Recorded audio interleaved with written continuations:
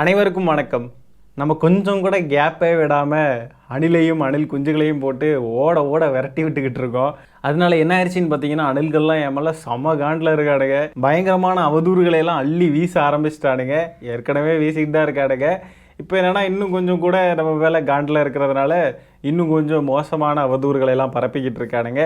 இருந்தாலும் நம்ம விட போகிறது இல்லை. இளைய காமராஜரை ஒரு கை பார்க்காம விட போகிறதா இல்லை மக்களே. ஆனால் இவனுங்க கூப்பிடுறதுக்கு வேற பேரே கிடைக்கலன்னு இளைய காமராஜர்னு காமராஜர் பேரை தூக்கி வச்சுருக்கானுங்க பார்த்தீங்களா. காமராஜர் பேரை வச்சதுக்கு அப்புறமா இளைய காமராஜர்லாம் சொன்னதுக்கு அப்புறமா நம்ம சும்மா விடணுமா சொல்லுங்கள்? சும்மாவே இவனுங்களை வச்சு இப்போ நம்ம 10-15 கண்டென்ட் இறக்குவோம். இதில் இவனுங்க வேற இளைய காமராஜர்லாம் சொல்லி அதை சொல்லி வேறு கூப்பிட்றானுங்க. அதுக்கு ஃபோட்டோ போஸ்டர்லாம் ரெடி பண்ணுறானுங்க. எங்கள் இளைய காமராஜரே அப்படின்னா நம்ம சும்மா விடுவோமா? ஆனால் மக்களே, இந்த கமெண்ட்டில் வந்து 200 ஊபி 200 ஊபி இதுக்கு நம்ம ஏற்கனவே விளக்கம் கொடுத்தாச்சு. நான் 200 வாங்கிட்டு பேசுகிறேன் அப்படின்றத நீங்கள் யாராவது ப்ரூவ் பண்ணுங்கள். 200 இல்லை, நான் ரூபா வாங்கிட்டு பேசுகிறேன் திமுக கிட்ட இருந்து அப்படின்னு சொல்லி ப்ரூவ் பண்ணிடுங்க. எல்லாரும் உங்களை மாதிரி நினச்சிங்களா அணில்களே? பணம்னே இருக்கிறதுக்கு எங்கே பார்த்தாலும் பணம், சினிமாலேயும் பணம், அரசியல்லையும் பணம்னு தெரியறதுக்கு எல்லாருமே உங்களை மாதிரியும் நினச்சிங்களா? இது வரைக்கும் எனக்கு கழகத்திலேருந்து ஒத்த பைசா கூட நான் இது வரைக்கும் ரிசீவ் பண்ணது கிடையாது. நான் என்னுடைய ஓன் சேனலாக தான் இது ரன் பண்ணிக்கிட்டு இருக்கேன். இதில் வரக்கூடிய கருத்துக்கள் இது எல்லாமே என்னுடைய சொந்தமான கருத்துக்களும் கழகத்துக்கு என்னால் முடிஞ்ச ஒரு உழைப்பையும் என்னுடைய பங்களிப்பையும் நான் கொடுக்குறேன். அவ்வளோதானே ஒழிய எனக்கு கழகத்திலேருந்து எந்த காசும் எனக்கு இது வரைக்கும் ஒத்த பைசா கூட வந்தது கிடையாது. என்னை மாதிரி பல லட்சக்கணக்கான தொண்டர்கள் கழகத்துக்கு இருக்கிறது தான் கழகத்துடைய பலமே. இது எங்களுடைய தலைவருக்கும் நல்லாவே தெரியும். அதனால தான் திமுக இந்த அளவுக்கு ஸ்ட்ராங்காக வேரூன்றி நிற்கிது. இதை முதல்ல புரிஞ்சுக்கோங்க அணில்களே. சும்மா இந்த மாதிரி சொல்லியே கடுப்பாக இருக்குது. 200 ஊபி 200 ஊபி சொல்கிறதும் சொல்கிறீங்க, அதுக்கு தகுந்த ஆள்கிட்ட சொல்லணும்ல. நான் காசே வாங்கினது கிடையாது, என்கிட்ட வந்து 200 ஊபி 200 ஊபின்னு என்னடா ஒரு குற்றச்சாட்டை வைக்கிறீங்கன்னா அதுக்கான ஆதாரம் வேணும். எதுக்குமே ஆதாரம் கிடையாது இவனுங்க கிட்ட. என்னையே 200 ஊபின்னு சொல்கிறது முதற்கொண்டு திமுக மேலே வைக்கக்கூடிய எந்த குற்றச்சாட்டுக்கும் இவனுங்க கிட்டேயும் சங்கி பயலுக எவங்கிட்டையுமே ஆதாரம் இருக்காது. ஆனால் வாய்க்கிலேயே பேசுவானுங்க. அப்படியே கழகத்துக்கிட்ட இருந்து காசு வாங்கிட்டு வேலை பார்க்குறதும் ஒன்றும் தவறு கிடையாது. கட்சிக்காக உழைக்கிறாங்க அப்படின்றப்போ கட்சி அவங்களுக்கு காசு கொடுக்குது அப்படின்றதெல்லாம் ஒன்றும் தவறு கிடையாது. நான் வாங்கினது கிடையாது அப்படின்றத அழுத்தம் திருத்தமாக நான் திரும்ப சொல்லிக்கிட்டே இருக்கேன். அப்படி எனக்கு காசு வருது, நீ காசு வாங்கிட்டு தான் பேசுகிற, காசுக்காக தான் பேசுகிற அப்படின்னா நீங்கள் நினைக்கிறீங்கன்னா ப்ரூவ் பண்ணி காட்டிடுங்க பார்க்கலாம் அணில்களே. நடக்காது கண்ணு, அப்படி ஒன்றும் இல்லை கண்ணு. சரி, இப்போ ஒவ்வொரு அணில்களாக பார்க்கலாம் வாங்க.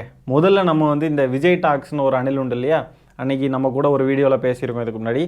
அந்த அணில் ஐயோ ஆபாசங்க, ஆபாசத்துலேயும் ஆபாசம். அது பேசியிருக்கிறத லைட்டாக பாருங்களேன். இப்போ சொன்னார்ல, இதை தாண்டி பெரிய கனவு இருக்குதுன்னால இப்போ 100 பேருக்கு எடுத்து டாக்டர் ஆக்கி காட்ட சொல்லுங்க. இப்போ நீங்கள் வந்து முதலமைச்சர் ஆகணும்னு இது பண்ணிட்டீங்க, கனவு பண்ணிட்டீங்க. சரி, இப்போ முதலமைச்சர் நீங்கள் ஆகக்கூடாதுன்னு சொல்லிட்டு உங்கள் கனவு கழிச்சா எப்படி இருக்கும்? ஐயோ ராமா, என்ன ஏன் இந்த மாதிரி கரிசன பசங்களோட எல்லாம் கூட்டி சேர வைக்கிற? கவுண்டமணி மட்டும் இப்போ தளபதி கூட க்ளோஸாக இருந்தாருன்னா கண்டிப்பாக இவங்களுக்காக நீ ஏன்பா வந்து அரசியல் பண்ணுற, இவங்களுக்கு 1000 ரூபா காசும் பொங்கலுக்கு அழுகி போன அரிசியும் ரேஷன் கடையில் புழுத்து போன பருப்பும் கொடுத்தா தான் அவங்க நல்லவங்க, அவங்கள தான் அவங்க ஓட்டு போட்டு தேர்ந்தெடுப்பாங்க. உண்மையாக மக்களுக்கு நல்லது பண்ணணும்னு வந்து ஏதாவது 4 அட்வைஸ் பண்ணால் இப்படி தான் நாய் மாதிரி வந்து நம்மளே கடிக்க வருவாங்க பாஞ்சிக்கிட்டு அப்படின்னு கிளியரான ஒரு அட்வைஸ் பண்ணியிருப்பார். ஏன்னா இவங்கெல்லாம் அப்படி தான். இப்போ இங்கே பேசினால இந்த பண்ணாடைக்கிட்ட கேட்குறேன், ஏன்டா உனக்கு ஒரு பிள்ளைங்க இருப்பாங்கல்ல, அந்த பிள்ளைங்க சப்போஸ் ஒன்றோ பையனோ டாக்டர் படிக்குதுன்னு ஆசைப்படுதுன்னு வச்சுக்க, உன்னால் படிக்க வைக்க முடியுமா? அது என்ன உன்னால் படிக்க வைக்க முடியுமா? நீ எதுக்கு அதெல்லாம் கேட்டுக்கிட்டு இருக்க? படிக்க வைக்க முடியுதோ முடியலையோ அது அவர் பிரச்சனை. நீ எதுக்கு இதெல்லாம் கேட்டுக்கிட்டு இருக்க அணிலே? நான் கூட கொஞ்சம் மரியாதையாக பேசலாம் அப்படின்னு பார்த்தேன். ஆனால் இந்த நபர் பேசியிருக்கிறத இதுக்கு மேலே பாருங்கள். இந்த மாதிரி பேசுகிற ஆட்களுக்கு நம்ம எந்த வகையிலுமே மரியாதை கொடுக்கணுன்ற அவசியம் கிடையாது. இல்லை உங்ககிட்ட தெம்பு இருக்கா படிக்க வைக்கிறதுக்கு? சரி, உங்ககிட்ட தெம்பே இருக்கேன்னு வச்சுக்க. இப்போ அந்த பிள்ளைங்க +2 நல்ல மார்க் எடுக்கலை, இல்லை எடுத்துருச்சு, சூப்பர் மார்க் எடுத்துருச்சு உன் பிள்ளை. ஆனால் நீட்டில் ஃபெயில் ஆயிடுச்சு. 1 வாட்டி ஃபெயில் ஆகுது, 2 வாட்டி ஃபெயில் ஆகுது, 3 வாட்டி ஃபெயில் ஆகுது. 1 வாட்டி ஃபெயில் ஆனால் 1 வருஷம் போச்சு, 2 வாட்டி ஃபெயில் ஆனால் 2 வருஷம் போச்சு. கரெக்டாக? அப்போ உன் பிள்ளைங்க ஸ்ட்ரெஸ் ஆவாங்களா மாட்டாங்களா? இந்த நீட்டுன்னு ஒன்று இல்லை அப்படின்னா உன் பிள்ளை +2 நல்ல மார்க் எடுத்துருந்துச்சுன்னா அந்த மார்க் பேஸ்லையும், இதுக்கு முன்னாடி சில என்ட்ரன்ஸ் எக்ஸாம் இருந்துச்சு, அந்த என்ட்ரன்ஸ் எக்ஸாம் மார்க் பேஸ்லையும் நம்ம தமிழ்நாட்டில் கிடைக்கக்கூடிய காலேஜில் ஏதாவது ஒரு இடத்துல சீட்டு கிடைக்கும். ஆனால் இப்போ அப்படி கிடைக்காது. உன் பிள்ளை நீட்டில் என்ன மார்க் கிடைக்குதோ அதை பேஸ் பண்ணி ஏதோ ஒரு நார்த் இந்தியாவில் உனக்கு சீட்டு கிடைக்கும். அங்கே போய் உன் பிள்ளை படிக்கணும். இன்கேஸ் உனக்கு தெம்பு இருந்துச்சுன்னா உன் மூஞ்சியை பார்த்தா தெரியுது உனக்கு கோட்டடிக்க கூட நீ கையில் காசு இல்லாமல் சுற்றிட்டு இருக்க கம்முனாட்டின்னு. நீங்கள்லாம் 1000 ரூபா காசுக்கு பிச்சை எடுக்கிறதுக்கு லாய்க்கு இல்லை, அவங்க வீட்டு கக்கூஸ் க்ளீன் பண்ணுறது தான்டா லாய்க்கு. என்னமோ சொல்கிறேன், இவர் ஆசைப்பட்டு வர்றாரு, இவர் சிஎம் ஆகலைன்னா. அவர் சிஎம் ஆகலைன்னா அவருக்கு என்னடா நட்டம்? ஏன்னா அறிவுகட்ட முட்டா பயலுடா, அவர்கிட்ட காசு கோடிக்கணக்கில் கொட்டி கிடக்குடா. சிஎம் ஆகலைன்னா சரி போ, இந்த தரத்தை இங்கே நாசமாக போட்டுன்னு சொல்லிட்டு அவர் ஜாலியாக இருப்பார். அவர் நாளைக்கு பணம் நடிக்க வந்தாருன்னா இன்னொரு 250 கோடி ரூபா கொடுக்குறது ரெடியாக இருப்பாங்க. உனக்கே அவன் கொடுப்பான். தெரு கோடியில் படுத்து தூங்குற பரதேசினி, கொஞ்சமாவது அறிவாக யோசிங்கடா. எவ்வளோ நாள் தாண்டா இன்னும் இந்த கொத்தடிமையாகவே தெரிவிங்க? அவங்க வீட்டு காலை நக்கிட்டே இருப்பீங்க. மனுஷ ஜென்மமானா நீங்களா? இந்த அணிலுக்கு உணர்ச்சிகளை கண்ட்ரோல் பண்ணவே முடியாது போல இருக்கு. அப்படியே வெடிச்சு சிதறாப்புல பாருங்களேன். என்ன மாதிரியான அவதூறான கொச்சையான வார்த்தைகள். அந்த நபர் என்ன சொல்லிட்டார்? அந்த நபர் என்ன சொல்லிட்டாரு? விஜய் மேலே ஒரு விமர்சனத்தை பதிவு பண்ணுறாரு, அவ்வளோதான். நீ எதிரில் விமர்சனம் வைக்கிறவன், நீ அதை எப்படி உன்னுடைய கருத்துக்களை பதிவு பண்ணணுமோ அதை நாகரிகமான வழியில் பதிவு பண்ணணும். நீ இப்படி ஒருமையில் பேசுறது, இஷ்டத்துக்கு ஒருமையில் பேசுகிறதையும் தாண்டி இஷ்டத்துக்கு பேசுகிறாங்க. இவனுக்கெல்லாம் நம்ம என்ன மயிருக்கு மரியாதை கொடுக்கணும்னு தான் தோணுது. என்னெல்லாம் பேசுகிறாருன்னு பாருங்கள். உன்னால் படிக்க வைக்க தெம்பு இருக்கா? உன் மூஞ்சை பார்த்தாலே தெரியுது நீ குவார்டர் அடிக்க கூட கையில் காசு இல்லாமல் சுற்றிக்கிட்டு இருக்கிற நாட்டி அப்படின்னு சொல்கிறாப்புல. என்ன வார்த்தை இதெல்லாம்? என்ன மாதிரியான டேர்ம்ஸ் இதெல்லாம்? என்ன மாதிரியான ஸ்டேட்மெண்ட் இதெல்லாம்? எவ்வளோ அப்யூசிவாக இருக்குன்னு பாருங்களேன். ஒருத்தவங்களுடைய மூஞ்சை பார்த்து ஒருத்தவங்களை ஜட்ஜ் பண்ணுறியா நீ? முதல்ல நீ யார் அப்படிலாம் ஜட்ஜ் பண்ணுறதுக்கு? அது மட்டும் இல்லாமல் தெருகோடியில் படுத்து தூங்குற பரதேசினி. என்ன மாதிரியான வேர்ட்ஸ் இதெல்லாம் பார்த்தீங்களா மக்களே?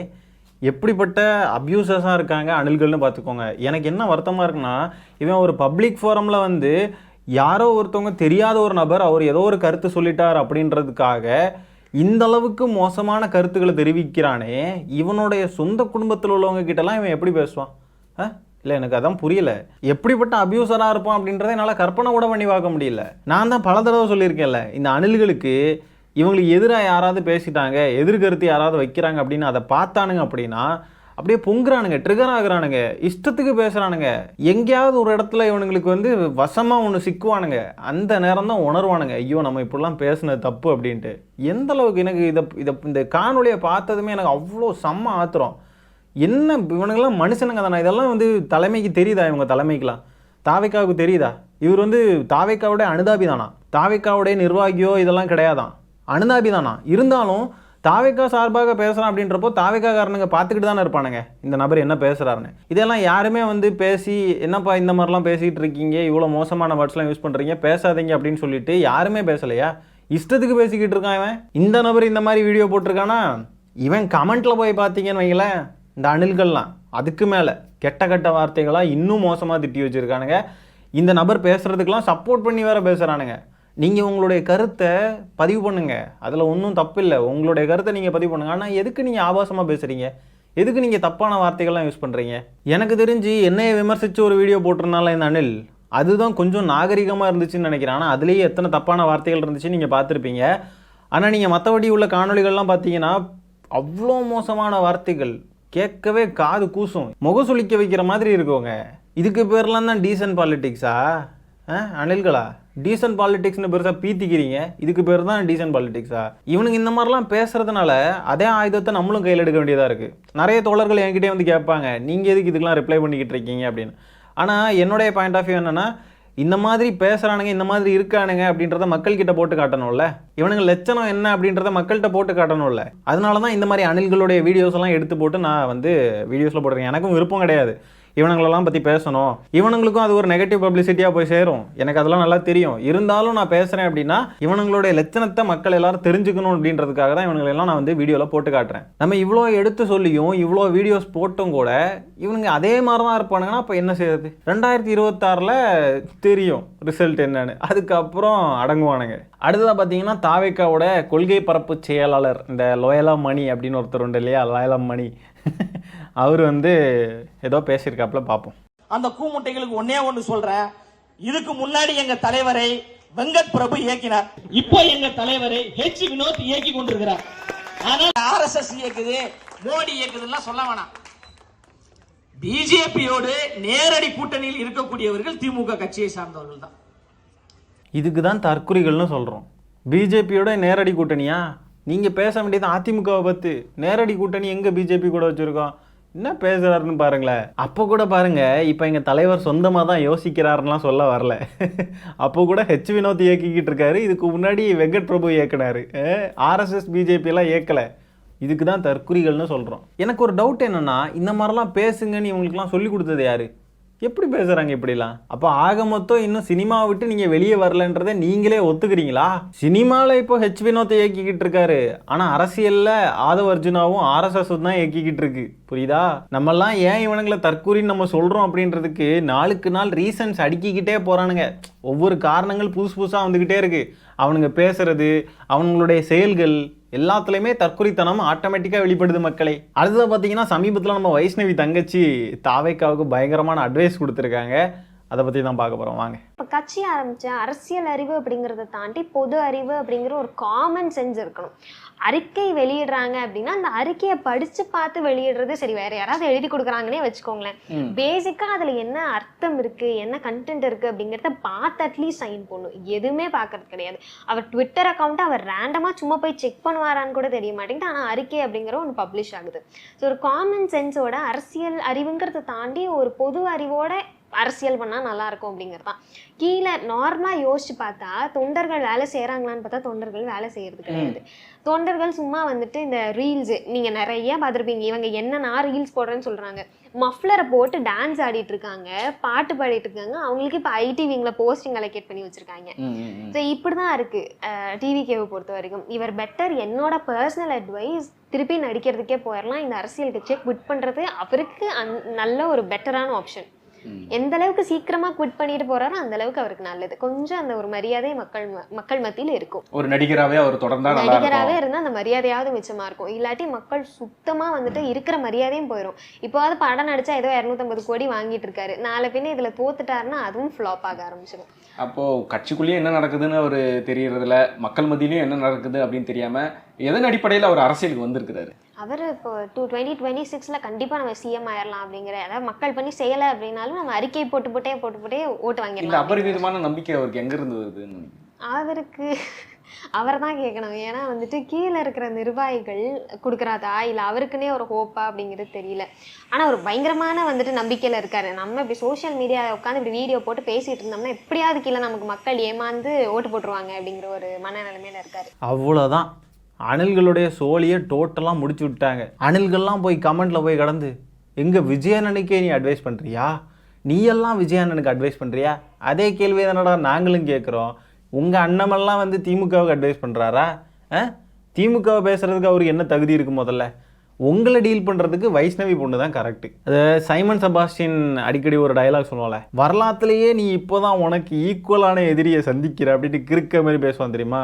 அந்த டயலாக் வந்து வைஷ்ணவி தங்கச்சி தாவேக்காவை பார்த்து சொல்லலாம், விஜய் அவர்களை பார்த்து சொல்லலாம், நான் தாண்டா உனக்கு சரியான எதிரி, நீ என்னடா திமுக கிட்ட மோதிட்டு இருக்க, உட்கார்ற அப்படின்னு சொல்லி உடனே 4 போட்டு உட்கார வைக்கிறதுக்கு வைஷ்ணவி தங்கச்சி தான் கரெக்டான ஆள். ஆனால் தங்கச்சி நீ பாட்டுக்கும் விஷயத்தையெல்லாம் சொல்லி கொடுத்துருவ போல இருக்கே, அவனுங்க அதெல்லாம் பின்பற்றிடுவானுங்க பார்த்து.